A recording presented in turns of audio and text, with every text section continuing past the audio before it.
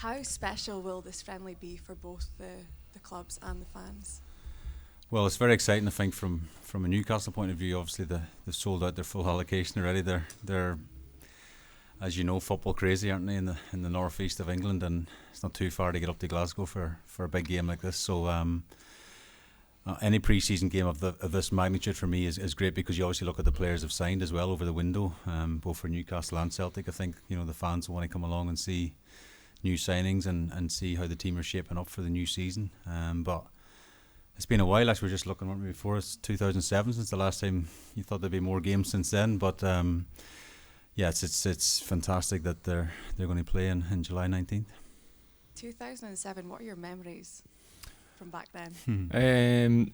Believe it or not, we were actually talking about it beforehand, and I remember the game quite clearly. It was the atmosphere of the fans that I remember, for it being a pre-season game. I think we'd played in Alan Shearer's testimonial before that as well, and the atmosphere within the stadium was terrific. So certainly for our club, you want to play against top quality opposition as early as you possibly can in pre-season. For our players, it gets you up to speed very quickly, and there's not going to be a better game to kind of play against Newcastle. So it's a real good test for our boys. What are your memories, Shay? Yeah, probably Alan Shearer's testimonial sticks out. Obviously, being great from Newcastle and being a local lad and stuff, but the atmosphere was phenomenal, and I think it was a good choice by Alan to pick Celtic, because again, the Celtic fans travel down in their huge numbers, of course, to support him as well. And yeah, it was just a special night for Alan and his family, but I think both sets of fans made it special, didn't they? The atmosphere they created, and for us as players, it was nice obviously to be on the pitch and play in such a sort of historic game for someone who was a great at the football club, and yeah, it was a pretty special game, yeah. How important are these types of games against this level of opponent ahead of the new season? Again, we touched on it earlier, but certainly for our club, you want to make sure that you're going to test yourself as quickly as you possibly can against a very good opposition, because again, the quicker you can get that feeling of the opposition that you're playing against, the better it is for the start of the campaign. As a player, pre-season games are always the kind of hardest games to play in, because you're trying to find that rhythm as quickly as you possibly can. Now when you look at the quality of the opposition that both sides are playing throughout pre-season, they're real good quality games. So like I said, the players will look forward to it, and they'll relish the game. Thank you. Yeah, I think it's important for the players as much as anything.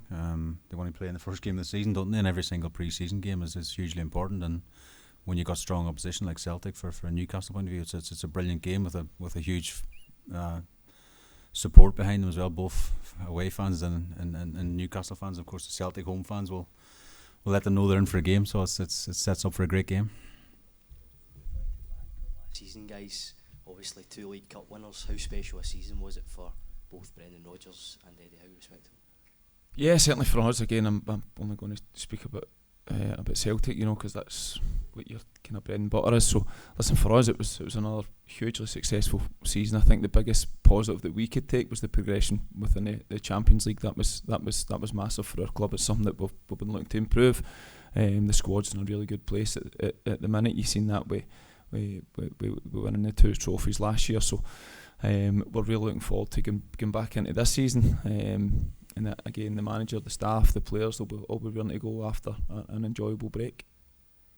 And Stephen, for yourself, Celtic fans are obviously craving the next Keane, Tierney, Conor McGregor, James Forrest.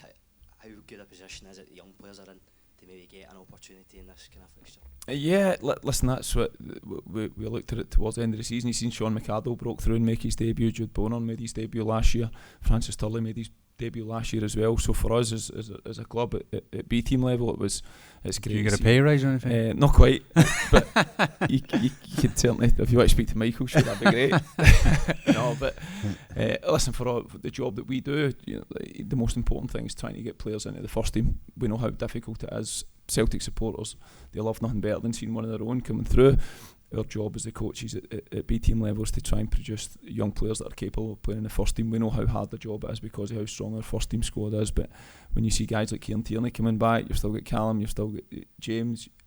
My personal belief is you need people that have been through the club, that have seen the full journey, because it's a special club to be a part of. So all we do is try and help the next batch that can hopefully come through. And Shay, obviously Eddie Howe has huge admirers within the Celtic boardroom hierarchy. How fantastic a job as he done at Newcastle? Yeah, amazing. I mean, it's been a tough period. I think 70 years of domestic hurling. I know Stephen's parading the Celtic trophy. It's been a while since us as Newcastle fans can get our hands on a trophy. So I said to Andrew yesterday, make sure you bring the trophy with us, because it's important that we show it off now, that we've actually got our hands on one after so long. I was there for 12 years, obviously tried and failed, and this group of players and this management team have got the job done finally, and it kind of feels like a bit of a burden or a bit of a weight has been lifted in the sense of the whole football club. You've seen the celebrations, over 300,000 fans turned out at Newcastle to welcome the lads home, and it was just a very special season.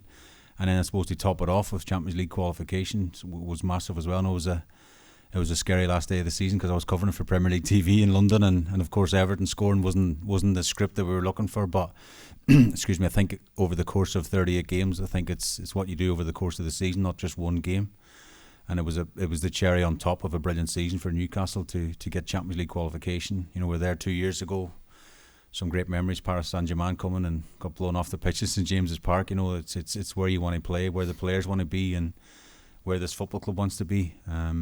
Celtic are there on a regular basis, and I think Newcastle want to be the same. They want to be every single season qualifying for Champions League, and not just qualifying but competing. I think that's the ownership model, is to compete at the very top, both in the Premier League but in the top in Champions League as well. And it's been a great season, and Eddie Howe deserves huge credit for that. He's from day one. He's always had the right message. He said the right things. Never stopped the fans believing or dreaming that big things can happen for the football club, and feels like big things are going to happen in the future as well. Hi guys. Shay, you spoke there about the more recent success Newcastle has had. Hopefully a catalyst for the club going forward. Champions League qualification for our club. We made some real substantial progress in the Champions League this year. Something we've really been looking for. How good is this match that's coming up on July 19th to test the waters a little bit, because for both teams this is a kind of level of opposition that we want to be prepared for. So how much are you looking forward to the match on great. I mean, the new format, I think, for the Champions League has helped Celtic last year as well. I think I covered a lot of their games, and in previous, I think it was 4 teams, 2 really strong teams, and then it felt like after maybe a game or two it was a very difficult group to get out of. I think the whole way it's been revamped, because we were all questioning how the new Champions League was going to sort of pan out, and I think it's been really exciting actually, even right up to the final. So the new format, the league form and all that, I think it's been brilliant. It's something that Newcastle are not used to either, because 2 years ago it was the league form for them. So again, you hope to get good draws, especially with the home games, here at Parkhead, and of course, in Newcastle, home fixtures are key, and I think that proved this year for Celtic how important them home games were. So this game on the 19th, of course, is 2 Champions League teams coming head to head, not long before a season's about to start, and I know there'll be preliminary rounds for some of the teams, but for these 2 clubs, they're going straight in, and it's a great sort of, warm-up game, or call it what you want, for what's to come in the Champions League.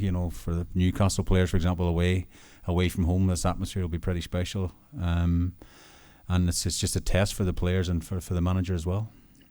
And Stephen, you mentioned earlier about KT coming back. Obviously a player you've worked with. You're now very much involved with the youth setup. How good an example is Kieran Tierney, a player who's left the club, has progressed his career, but has come back and is looking to continue his career with his peak years? How much of an example is that for the young fellas? Yeah, I touched on it. It's massive. It's massive because we want young players want to feel as if they've got somebody that they can look up to. They've got that, but they need to see that and they need to feel that for themselves. You've got it with Callum, you've got it with James. So now with KT coming back, it gives us an extra top player, if you like. But the fact that he's coming back, his full career ahead of him after the experiences he's had, played down in England at a top club at Arsenal, is going to be invaluable, not just for himself, for the younger players, but for everybody throughout the football club. It's when somebody as good as that leaves, you want to make sure that you're financially getting rewarded for the success that he's brought, but you also don't want somebody then coming back with 2 years to go within their career and they're obviously winding it down. I think that's really important.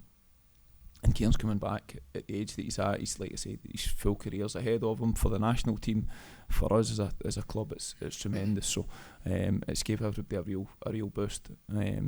And for the younger lads, it's another role model that they've got to look up to.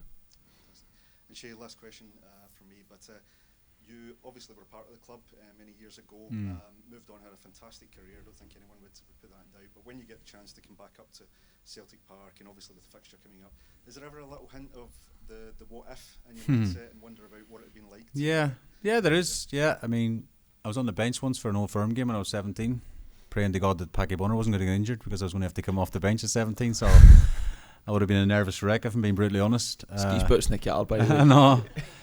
But even just driving up the road there, past Barrowfield, I remember we had to change here at the stadium and I had to run down the road as an apprentice and train, and the first team lads driving past you blowing the horn and stuff, it's just all the sort of memories come flooding back. But yeah, some great memories. I mean, the club's changed so much since I was here at 16 till 18, and even the stadium. Look around the stadium now; it's phenomenal. I was here when the old jungle was there across from the dugout. It's the way the club has moved forward and moved on it's a phenomenal club now. It's totally different animals as such, but it's great to see how the club has progressed. But yeah, it always brings back a special feeling coming back here, definitely. Shay, you've been a part of some massive clubs in England as well. Do you feel that Celtic gets the respect it deserves sometimes down south? Yeah, that's a good question. I think it does. I think obviously Celtic and them other characters across the city, they're huge clubs, aren't they? I think, even Stephen mentioned about the success they had this year in the Champions League. I think the more successful they can be in Champions League football and the more bigger results they get in that, I think then people go, do you know what I mean? It is a club that needs to be respected, and a league, I suppose, I think the club's always been respected, but some people maybe would have a go at the league perhaps. It's not as good as the Premier League and all that kind of stuff, but I think you're tested in the Champions League probably more so than maybe sometimes in the league, and that's no disrespect to some of the lesser teams, but I think there was some big performances last season, and in the Champions League especially, they were brilliant, Celtic, so I think that you gain respect off the back of that as well. For Stephen, what are your hopes and ambitions going into the season with Celtic be? It always remains the same. Our job is to try and develop young players to get them into our first team. It never changes. It's for us, we're not it's not results aren't paramount. They're not the most important thing. That's what the manager and the first team staff has. Our job is to develop young players to try and then get them ready for first team football. Hopefully it's in our first team or it's somebody else's first team, and that's what we try and do. We try and bridge the gap. The biggest jump at our football club is between the first team and the B team. There's absolutely no doubt. So our job is to try and develop the players, and again, we trust the experiences that we've had. The benefit for us that we've been that young player, and it's as Shay touched on it there, your experiences that you gain from the ages of 16 to 18 to 20, that's going to determine where your career's going to go. So for us, it's about educating the boys, it's about making sure they get into the right habits, to do the right things on the pitch, off the pitch. When your career comes and goes, like both myself and Shay's career comes and goes, you get out of it what you put in, and that's what we try and say to the players. It's not rocket science. It's you give yourself the best possible chance. You work as hard as you possibly can, and you get your rewards by playing out there. And once you play out there, there's not a better place to be, especially if you've grown up in a kind of Celtic environment and you know what it means to be part of the football club. And again, going back to bringing Kieran Tierney back into the club, it's massive, and people don't underestimate just how important it's going to be for the club moving forward. How do you each assess where both clubs are from that game in 2007? How much do you feel they've moved on since then? Well, yeah, Newcastle I think is a different animal at the minute. I think it really is, and not in a bad way, in a really exciting way. As I said already, the ownership, they want to move the club to the very top of football, and that means winning the Premier League and winning Champions League, and I think that's where the ownership model sees itself. It doesn't see itself as just competing. And I think Eddie Howe said that himself. But as you know yourself in football, that'll take some time. There's huge clubs in the Premier League that are obviously trying to stop that. They've also got the effects of PSR and financial fair play that always seems to get mentioned when you're talking about Newcastle. But again, it's something they have to sort of judge their way around or move their way around by again. I mean, but if you look at the investment in the last 2 seasons, they haven't bought a first team player in 2 years. So I expect a big summer coming up for Newcastle. I hope they can add to the squad, and as important as adding to the squad is keeping some of the best players as well. Because I think they've got some brilliant players, and I think that's important as much as adding is to keep the best ones at the football club. But I think you have to keep adding when you're qualification for Champions League again is important because people want to join clubs that are in the Champions League, so that helps Newcastle to bring the players to the club. And and hopefully, not putting any pressure on here, Andrew, but I hope we can get a few players in the window before this game, and at Parkhead, and the fans will see them pulling on the jersey. On a few more transfer questions. You were mentioning there about having some more players in. James Trafford, goalkeeper, Newcastle United, been talked as Burnley over him. Do you think he'd be a good signing? It's a good question. Well, obviously I know goalkeeping department, but I do believe that the goalkeeping department is really strong at Newcastle, of course, with Nick Pope and Dubravka. Mark Gillespie signed a new contract as well. Look, it's. I think Eddie's looking to strengthen every position. I think Trafford's a brilliant young goalkeeper. He really is, and I think there's a few clubs looking at him. I don't know if the goalkeeper's a priority for Newcastle, because again, the restraints of the financial side of things is important. But I think Trafford's had a brilliant career, a brilliant season. At Burnley, and broke lots of records, clean sheet records, and goals not conceded, whatever. So he would be a great addition, I think, to any team in the Premier League. It's a good politician answer, that one. It's a political answer, that one. Yeah, it was. And can we also touch on Alexander Isak? There always seems to be talk about him. Do you think he'll be a Newcastle player by I think he will, yeah. I think they talk about him because he's so good, and I think a lot of clubs in the Premier League would love to have Alexander Isak. But we want to keep him as well. I think that's a big message, I think, and as I said to the guys, I think it's as important to keep your best players as to add to them as well. I think obviously qualification for Champions League is a big thing as well for Alexander and the rest of the team, and I think that'll be key to keeping him on board. I'm not the powers that be at Newcastle, but for me it'd be more tying Alexander down to a longer contract and building your team around him and really sending a message out to the rest that we are here to compete, and we are here to sort of upset a few people at the very top. Stephen, you talked about Kieran Tierney. What other areas do you think need to be strengthened? I think the manager and the first team staff they'll look to strengthen as widely throughout the squad as they possibly can. Whilst the squad's in a really good place just now, you can see with the way that the business model for the club's been over the last few years. It's important for us that you bring in kind of younger players so that you can then sell them on. The club have done that brilliantly. So I don't see there been much change through this season. What I do know is that the manager and the staff just now will be enjoying their break. They'll be keeping an eye on what's going on, because when the pre-season starts again, she'll tell you you're full on for 10 months, 11 months. You are full on. So the manager and the staff they'll be working behind the scenes, but they'll also be enjoying a wee bit of downtime just now.